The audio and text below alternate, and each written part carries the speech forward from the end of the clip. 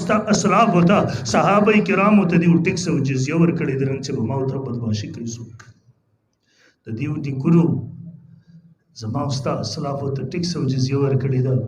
لیکن نن چې موږ د دین نه لري شو د اسلام نه لري شو د ما ته دا وی علماء وی او وی ته ټیکس ورکړي وجه ټیکنالوژي نه ده او نن خو یو ځل الله بیا راوخو په دې افغانستان کې د وخت مغرور متکبرین راغلي طاقتونه ورسره قوتونه ورسره میډیا ورسره ټیکنالوژي ورسره میزایل ورسره الله پسې دغه طالبان را پاسول چاوي سره ټوپک نه علاوه بل شی نو دنیا ورته زید ورکو رب ذل جلال د وخت دغه مغرور متکبر طاقتونه دغه طالب پلاسونو رئیسار لاله نن الحمدلله هغه مغرور طاقتونه هغه په جړا سره مختوري هغه مختوري په شکست خورده د افغان د زمکه ووتل رب ذل جلال دنیا ته یو ځل بیا ورخودله رب ذل جلال دنیا ته یو ځل بیا سبق ورکو چې تاکه جنگونه هغه د ټیکنالوژي په زور نشي ګټلې جنگونه د وسایل او اسباب په زور نشي ګټلې جنگونه د الله په نصرت سره او د ایمان په طاقت سره انتهایی واجب الاحترام حضرات علماء کرام او د مسلک او سنت والجماعت سره تعلق لرونکو دغه علاقې ډیرو غیرتمندو په دین مینو مسلمانانو ورونو زموږ تاسو دغه نه جلسه او پروګرام چې د قرآن مجید د ختم پروګرام دی محترم علماء کرام لوی علماء مشایخ هغوی په سټیج باندې تشریف فرما دي او اصل مقصودی بیان چې د کوم چا دی دغه زمانه عظیم محدث استاد محترم شیخ الحدیث حضرت مولانا محمد ادریس صاحب دامت برکاتهم العالیہ او یہ ان شاء الله العزیز برازی اصل تفصیلی مقصودی بیان به اوی کوي زره وخت په مناسبت سره محترمو مختصر الفاظو کې سو معروضات گزارشات تاسو وړاندې عرض کوم ان شاء الله محترم قرآن مجید د الله رب ذوالجلال اخیرنه کتاب دی د الله رب ذوالجلال مونږ او تاسو ته ژوند تیرولو دستور او منشور را لېږلی دی دا د الله رب ذوالجلال هغه اخیرنه پیغام دی چې د مونږ او تاسو ته په زبان حال سره وایي ما راواخلی زما سره خپل تعلق مضبوط کړئ ما د خپل ژوند حاکم وګرځوئ که زم راواغستلم زما سره خپل تعلق مضبوط کو زم د خپل ژوند حاکم او دستور وګرځولم بیا دنیا کې ز تاسو تر کامیابی والا ژوند ضمانت درکوم بیا دنیا کې ز تاسو ته د عروج والا ژوندۍ ضمانت درکوم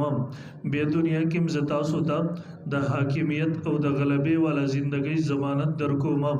او د مرګ نه وروسته د قبر او د آخرت خوشحالي د قبر او د آخرت راحتونه د قبر او د آخرت نعمتونه به تاسو انتظار کوي او محترم قرآن مجید راتب زبان حال سره دام وای که زم راوا نغستلم زما سره خپل تعلق مضبوط نکو زم د خپل ژوند دستور او حاکم ونه ګرځولم بیا د وساتئ دنیا کې مستاسو لپاره د ذلت ژوندۍ ده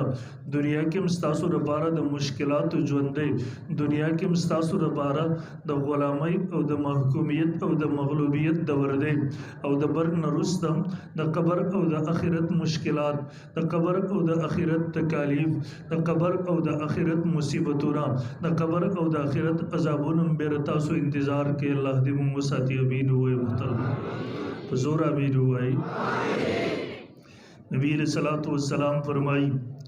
ان الله يرفع بهذا الكتاب اقواما الله د دې کتاب په ذریعہ سره ډیر قومونه اوچتای عزت ورته ورکي ويزو به آخرین او ډیر قومونه رب ذوالجلال دغه کتاب د وجه نه ذلیل کوي ذلت او پستی ور باندې مسلط کوي محترمو کوم خلکو چې د رب قران راغسته لري د سره خپل تعلق مضبوط کړي دي به تاریخ مونږ تاسو تراخي دغه خلک د دنیا عزتمن خلک دغه خلک د دنیا محترمو حاکمان په دنیا باندې دی حکومتونه کړي دي لیکن کوم خلکو چې قران شاته ورزولې دي د قران نه اعراض کړي دي د قران نه روګردانی کړي دا د قران نه مخ اړولې دي ننم قسم دې تاریخ مونږ تاسو تراخي دغه خلک د دنیا ذلیل خلک د دنیا محکوم خلک د دنیا مغلوب قومونه تیر شوی د دنیا تاریخ یادې ګوته تاسو ګورئ صحابه کرام رضی الله عنهم مجوعین هغه قوم د رب کتاب خپل دستور او منصور وګرځو د خپل حاکم او رهنما جوړ کو بیا صحابه کرام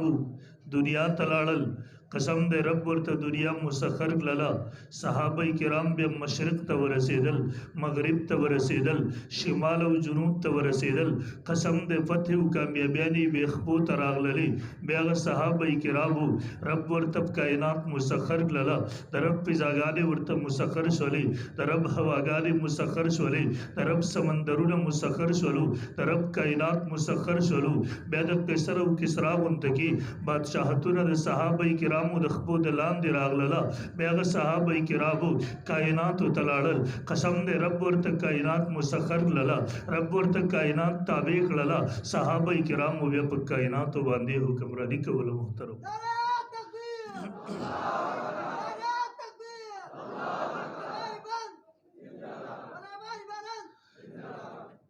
یو صحابی فرمائی بل سفر دے زنگل کی اوزی کشپ اور باندے راضی در مجاہدین و صحابہ کرام ڈل روانہ دا یوزی تخبل زان ور رسوی زنگل کی اور باندے شپ راضی دیزی کی درندگان و خطر دا د زمرو خطر ده یو صحابي ودرېدو اعلان کوي او د زنګل زمرو تاسو ترې پته وي نن دلته د نبی علیه الصلاۃ والسلام د صحابو شپه ده خبردار تکلیف ورنه کوي خبردار نقصان ور رسوي صحابه کرام فرمایي مونږ د شپې د آرام تنظیم برابر کو سلور طرف تر زنګل زمري راځي د زنګل درندگان راځي د څوکۍ د پاره د حفاظت د پاره د پهرې د پاره کیږي شپه سبا شولا مونږ خپل طرف ته کوچ اراده وکړه صحابه کرام فرمایي مونږ خپل طرف ته روان شو د زنګل زمریو درندگان خپل طرف ته واپس شو شام فتح شو د شام گورنر امیر المؤمنین عمر فاروق رضی الله تعالی ته خطر لیږي امیر المؤمنین د دې د خلکو دستور جوړ شوی دی دیو کال کی یو نو د کړي جنې سنگار کی بے د سمندر بے رحم چبو تاواله کی امیر المؤمنین دی وای کوم دغه سی ورکو د سمندر په وبو کی کبه راځي امیر المؤمنین ورته خط را لیږي ورته وای زما خط د سمندر چبو تاواله کا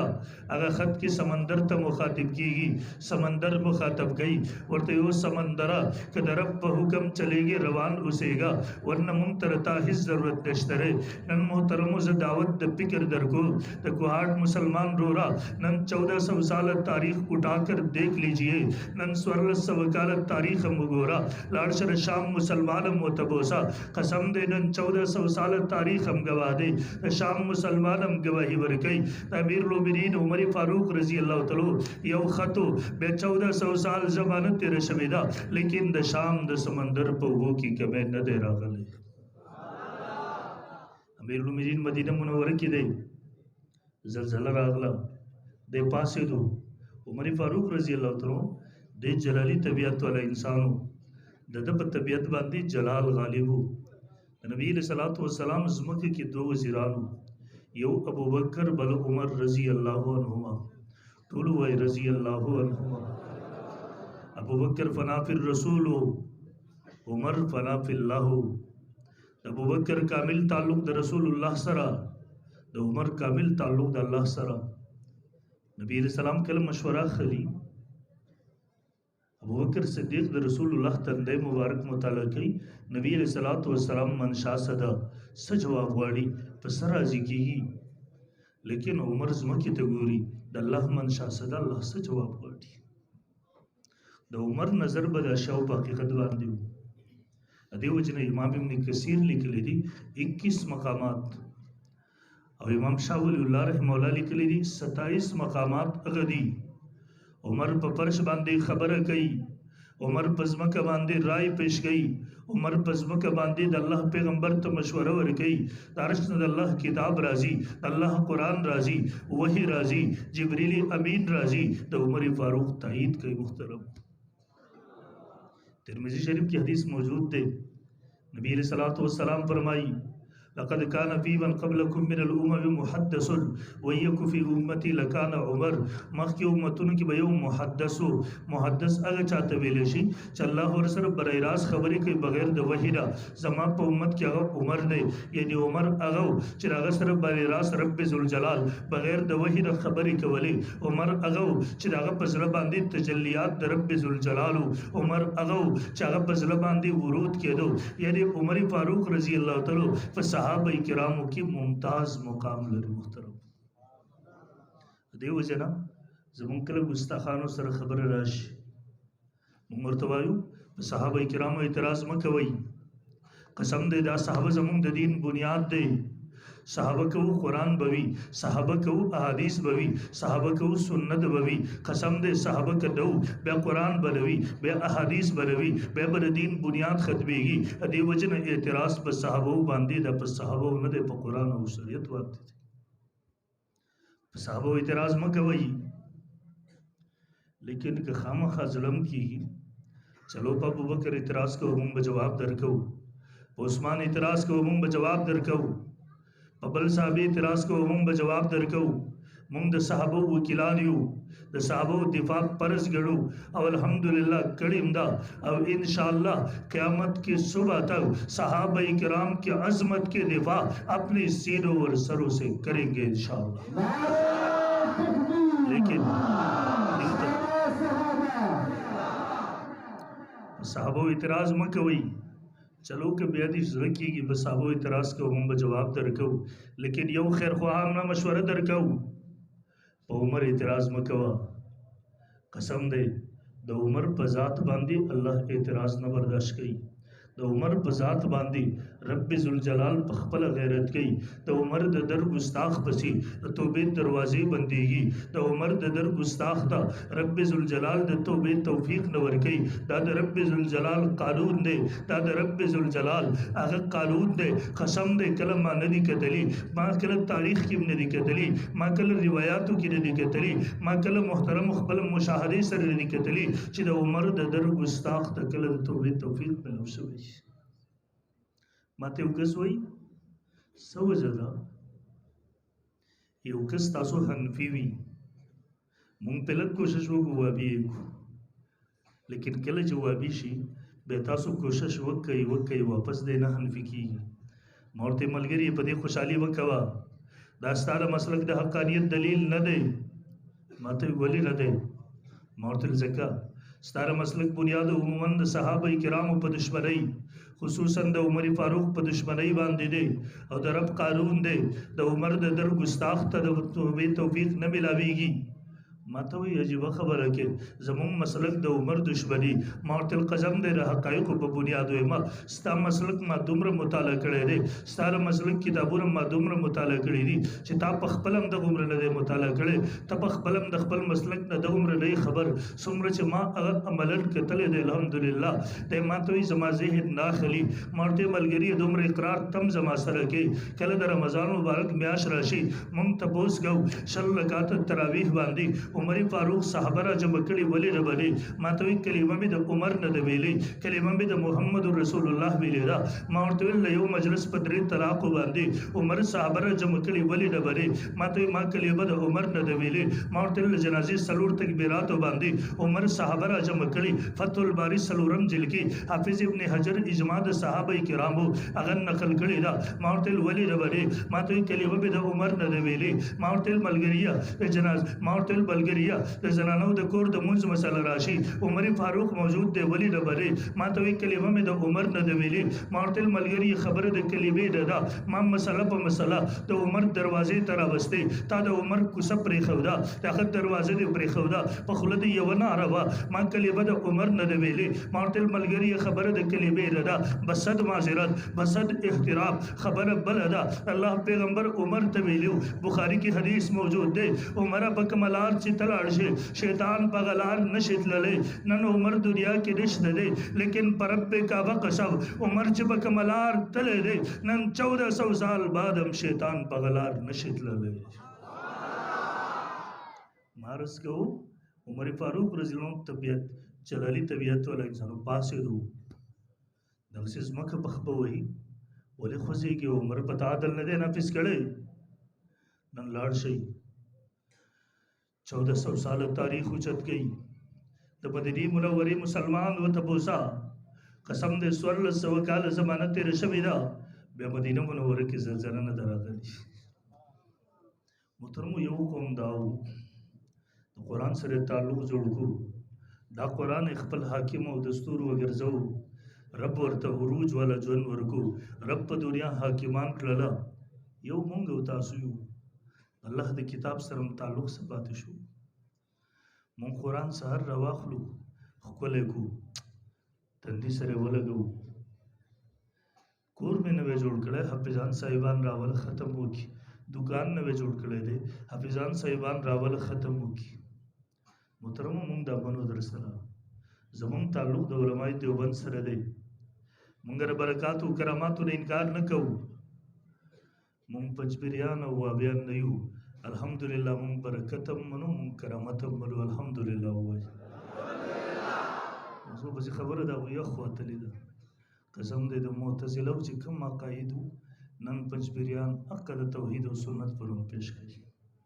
تا کر پس معتزله او مسلک مطالعه کړي کم از کم اسلامي عقاید کتابونه ته مطالعه کړي قسم دې د هغه زبالي د هغه دور د معتزله چې کوم مسلک دا نن سبا پنځپیریانو مسلک به نه هم دقت دی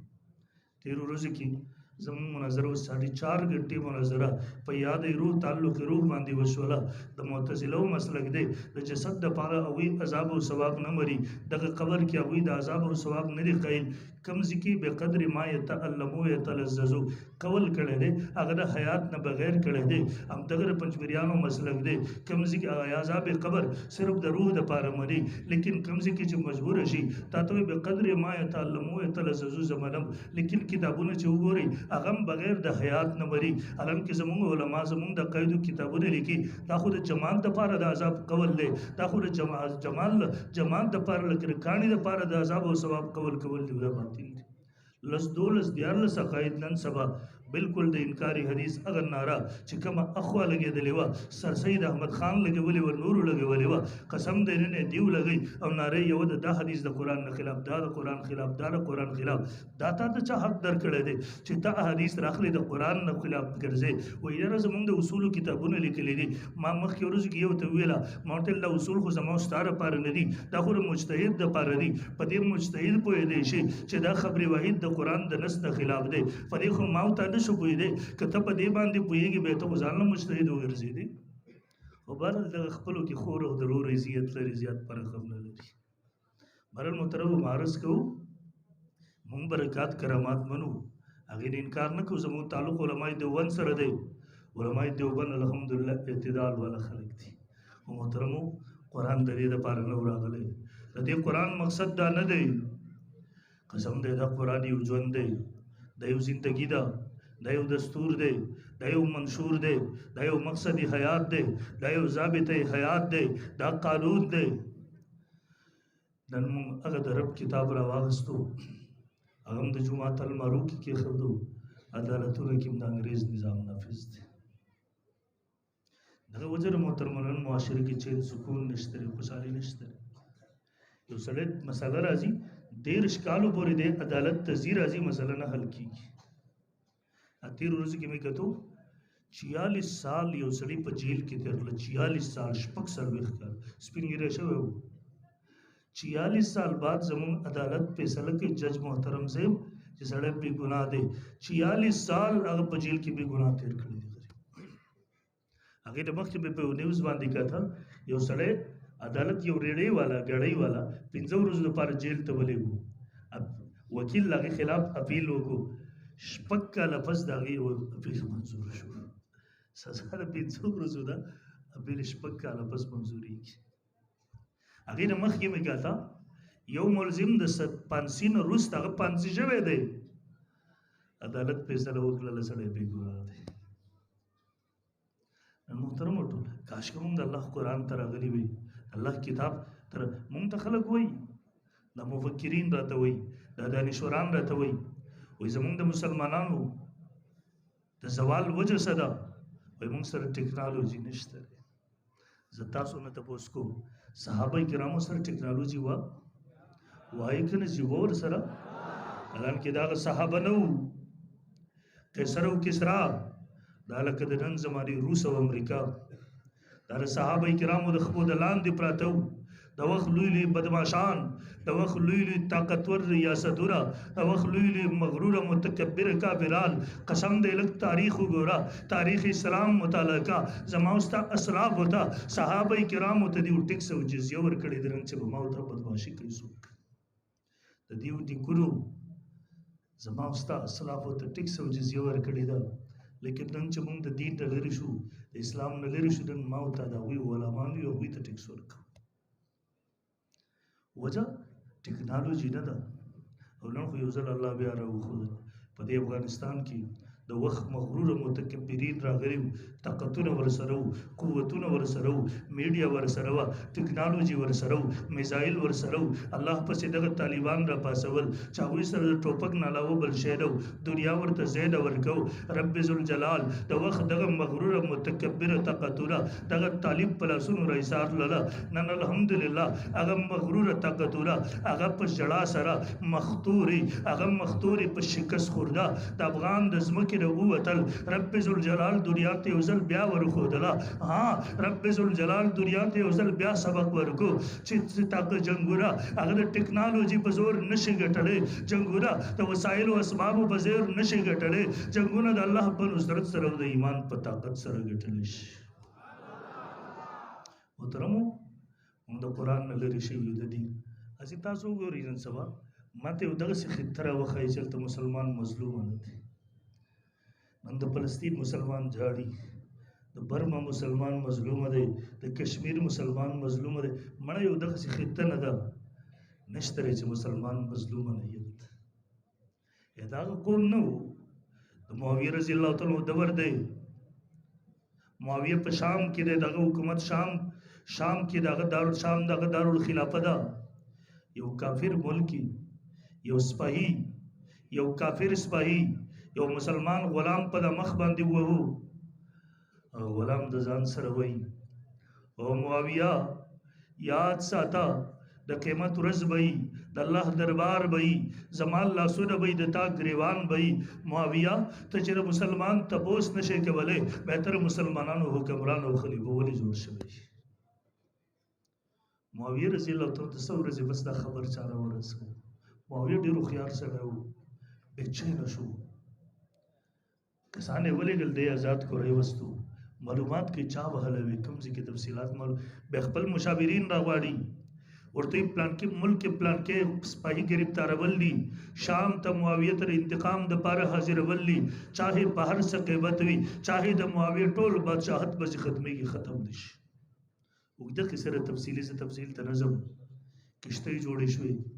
تیار تر کسان تربیت شو الترابطه جوړه شولا الترابطه بحال شولې بل اخر هغه سپاهي د سمندر د غاړې نه د بندرګان راوچت لړو کشته کې وتړو شام ته معاویه تر ورسو معاویه مسلمانانو اجتماع راغواړي به دغه غلام راغواړي او تیراش خپل بدل واخلا هغه بدل اخلي به معاویه اعلان کوي او خلکو تاسو گواشي معاویه خپل گریوان دنیا کې آزاد کو معاویه دا طاقت دلري چې الله دربار کې قیامت پورس چاته جواب ورکی به معاویه کسان ورسره کوي ورته دې بندرګاه ته ورسوي هغه ته ویلار شه خپل بادشاہ ته وایا چې کله دا سوچ ورکی موږ به مسلمان ظلم وکړو مسلمان بجوندې دا انتقام او بدل به ورخلي دا استاسو سپایو قسم دې کستاسو بادشاہ ولګيږي په یو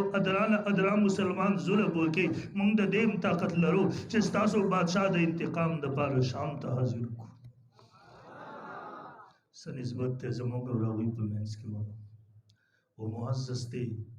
ज़माने में मुसलमान होकर हम ज़लील हुए ख्वार हुए तारिक कुरान होकर मोहतरम द ज़िल्लत वजब कुरान सर द दीन सर ताल्लुक़ ख़त्म दल दा वापस बहालो अगर इज़्ज़त बराज़ी दिन वापस द इज़्ज़त बललार निश्ते दा उलमा दा मदारिस दा मौता दक इज़्ज़त तो वापस रावाड़ी मौता तो वही दा पक्का मलार चिरवाने इधर इज़्ज़त लार न दर वापस शे बस और محترمو په مقدس مکه اسلام چې په خپل اصلي شکل کې دی د دینی مدرسو برکت دی قسم دې کوم معاشره کې چې دینی مدرسې ختم شولې هغه معاشره کې اسلام په خپل اصلي شکل کې کله نشي پاتې کېدی. تاسو ګوره بغداد نامه اورېدلې وه. دا بغداد د مسلمانانو علمي ښار و، علمي مرکز و، لیکن په دې بغداد باندې یو انقلاب تیر شو. د بغداد نه دیني مدرسې واغستې، علما یې حق ورنه واغستل.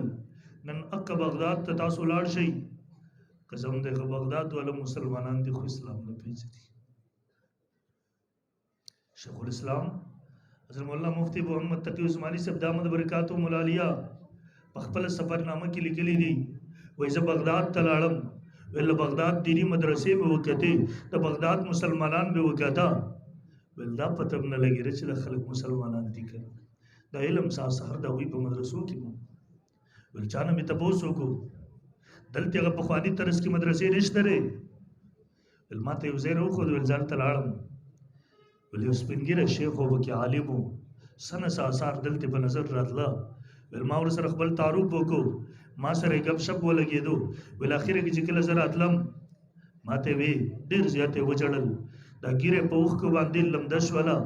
بیا ما ته وی ویل پاکستان مسلمانانو د زما پیغام ورسوه، او د پاکستان مسلمانانو الله د علم او د مدرسو دغه نعمت مونږ بغداد والا تره کړو، مونږ بغداد والا ناقدري وکړه، رب ذوالجلال نه هغه نعمت واغستلو، نن په سرو سترګو ژاړو خو هېڅ په لاس نه راځي. د پاکستان مسلمانانو اوس د علم او د مدرسو دغه نعمت الله تاسو ته درکړی، خبردار ناقدري ونه کوئ، ورنه الله به ستاسو نه واخلي، بیا به تاسو هم زمونږ په شانتې په سرو سترګو ژاړئ خو هېڅ په لاس نه درځي. قدر به کوي انشاءالله، کوو به انشاءالله. محترمو د دې قدر دا دی خپل بچي دې ته راولېږئ، بچي عالمان جوړ کړئ، قاریان حافظان جوړ کړئ، دا د آخرت ذخیره ده. بچي دنیادار جوړول هېڅ کمال نه دی، بچي دیندار جوړ کړئ. او دویم نمبر د دې علماو ملګرتیا وکړئ، د دې مدرسو سره مرسته وکړئ، تعاون ورسره وکړئ، کلک ورسره سم به سم ودرېږو به ورسره انشاءالله. مولانا محترم زه درته دا پوره په دعوې سره ویم، نن په 14مه صدۍ کې اسلام که ژوندی دی په خپل اصلي شکل کې دی، قسم دی دا د دې غریبو علماو برکت دی، د دې قرباني ده. ننسې تاسو وګورئ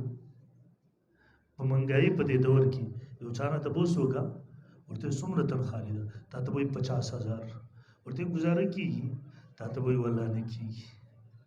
بیا راشه خپل مولوي صاحب ته پوښتنې وکړي څومره تنخوا ده مولوي صاحب، تا ته وایي 8,000 10,000. مړه ستا چې په 50,000 نه کېږي، د جماعت مولوي صاحب به 10,000، د مدرسې د استاد دغه عالم محتمم صاحب مدرس صاحب قاري صاحب حافظ صاحب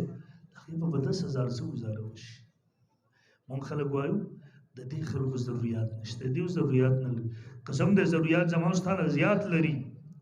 دیو د خپلو بچو ضروریات دباو کړي دي، خپل ضروریات یې دباو کړي دي، خپل خواهشات یې قربان کړي دي. دیو د زمانې پیغورونه، د زمانې مشکلات، د زمانې حوادثات په خپل ذات منلي دي، لیکن د رب د دین حفاظت یې کړی دی. او که دا چې 100,000 هم تا نه ورکولی بیا هم د دین خدمت کوي انشاءالله. خو زما او ستا نه به الله تپوس کوي. مخکې دې څه کال ربیع الاول کې موږ د پړچنار طرف ته پړچنار صدې ته تر 4-5 ورځې سیرت جلسې وې، یو مولوي صاحب و ما سره پېښور، ما ته ویل په میاشت کې زما 10,000 روپۍ تنخوا برابر شي بیا زما ګزاره کېږي. ګزاره څنګه وه هغه کیسه کوله. یو ځای کې ما ته وایي کله چې مې بچي ډېر تن کې غوښه غواړي، پېښور کې یو ځای یاد کړو، وایي دلته راشم 100 روپو د چرګې هغه غوښه والم، راشم اوبو کې پخکم بچي په دې طریقې سره دوکه را دوکه کړم. ما وی دی خو به بچي دوکه کي، لیکن قسم دی دا قوم به کلم د علماو په حوالې سره الله معاف نه کړي. په روز کال یو هسپتال ته ورغلم، یو مولوي صاحب د لور اپریشن و د زړه، ما ته وایي دا راته ډاکټر صاحب 2 کاله مخکې د اپریشن لیکلی خو پیسې را سره نه وي، په دوايانو هم ګزاره کوله، تکلیف هم تېرو، اوس دې کارډ کې څه طریقه ده په هغې سره سرکاري اپریشن یې وشو. ما وی کم از کم 2 کاله د په بچي تکلیف تېر کو، به ځان یې تکلیف تېر کو، لیکن لاس یې چاته نه دي غوړلي، دین یې د چا غلام نه دی ګرځولی، په 5,000 یې ګزاره کړې ده، لیکن د دې منبر نه حق بیان کړی دی. انشاءالله دغه علما به بیانوي انشاءالله، لیکن د قوم نه خو به الله تپوس کوي. نن دا علما د انبیاو وارثان دي، زمونږ عقیده د پیغمبر نشته دی دنیا کې. بل چاته نبوت نه ملاویږي د نبی علیہ السلام نه رستا لیکن محترم دا علما د انبیاء وارثان دي نن چې یو عالم سره زما استا کوم رویه ده قسم دې نن ک پیغمبر موجود وي دغه رویه به زما استا پیغمبر سره وي څنګه به کامیاب شي هغه قوم چې هغه د انبیاء د وارثانو سره دغه رویه ساتي د سکول چپړاسي د هغې نه غوره ګړي د قوم دم د هغې نه ښه ګړي هغې ته پنکار نوم ورکوي د ته چړې روب ورکوي هغه په سیاسي میدان کې و هغه په دنیایي نورو حوالې سره و ما تا ته هغه معزز دی د مدرسې دغه قاري صاحب ستا بچې ته قرآن ورښي دین ورته ورښي قسم دې کړه دې قاري صاحب پیزار را واخلي دا په سر کېږدي دا ښکل کې دغه قاري صاحب په اوږو باندې وګرځي بیا قسم دې دې حق ته نشي ادا کولی بیا قسم دې دغه عالم حق ته نشي ادا کولی لیکن ما ته چې څومره حق تلفي د دې کوو د قیامت په ورځ به د رب دربار کې رب ته جواب خامخا ورکړو د دې علماو ملګرتیا به کوو انشاءالله کوو انشاءالله علما چې بهر میدان کې دي زما ستا خیر خوا دي مدرسه کې دي جماعت کې دي مقبره کې دي سیاسي میدان کې دي قسم دې په کائناتو کې د دې علماو نه زما ستا زیات خیر خوا څه ونشي کېدی کوو به د دې ملګرتیا انشاءالله کوو به ځان لازم وګڼئ پر خپلو تنخواګانو کې 30,000 چې واخلې ټولې کور ته مه وړه 15,000 راوړه خپله مدرسه کې جمع کړه 1,00,000 تنخوا چې والې ټولې کور ته مه وړه 10,000 راشه خپل مولانا صاحب جب کې ډاډ ورته ورکړه ورته مولوي صاحب ډاډه اوسېږه قاري صاحب ډاډه اوسېږه دا د الله دین یوازې ستا نه دی دا زما ستا د ټولو شریک دی تا په دین غیرت کړی دی ننګ دې کړی دی د زمانې مشکلات دې به ځان برداشت کړی دي تا د الله دین ته ځان وقف کړی دی زم مسلمان یم ذمہواری مې جوړېږي نن نه پسوا دا تقاضې په شریک باندې پوره کوو مولانا صاحب ته خپل خدمت کوه بهر خدمت به نن نه پس زه کوو به انشاءالله دا کاروان به په شریک باندې بوځو بیا چې په دغه حالت کې د دنیا نه لاړ شو د قیامت کې د رسول الله صلی الله علیه وسلم سره د قیامت په میدان کې د حشر په میدان کې د قیامت په ورځ ملاو شو هلته هم بې سترګې اوچتې چې د الله پیغمبره کله چې دنیا راجمه وه ستا د دین دغه ډیوې مړه کول غوښتل یریدون لیطفئوا نور الله والله متم نوره ولو کرہ الکافرون رب ذوالجلالہ هغه وخت کې ما هغه د کربوړي کردار نه ادا کړی ما هغه وخت کې د هغه مارغه کردار ادا کړی ما د هغه مارغه کردار ادا کړی چې هغې پوکي کوله ما د هغه اور مړ کولو کوشش کوو ما د هغه علماو سره څنګ به څنګ ولاړو د هغه طاغوتیانو په خلاف د هغه دین دشمنانو په خلاف زما مدرسې ورانوله زما عالم په دنیا کې ملک کمزورې کوو دغه مدرسې اقتصادیات خرابول انشاءالله الله پیغمبر ته هم به سترګې اوچتې ټیټې ونوي انشاءالله دا به کوي انشاءالله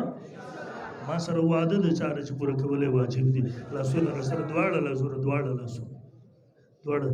دا وعده ده انشاءالله نه لاس اوچت کړي دا وعده ده انشاءالله ټول ملګري انشاءالله زوره انشاءالله الله دې ملک ولو توفیق راکړي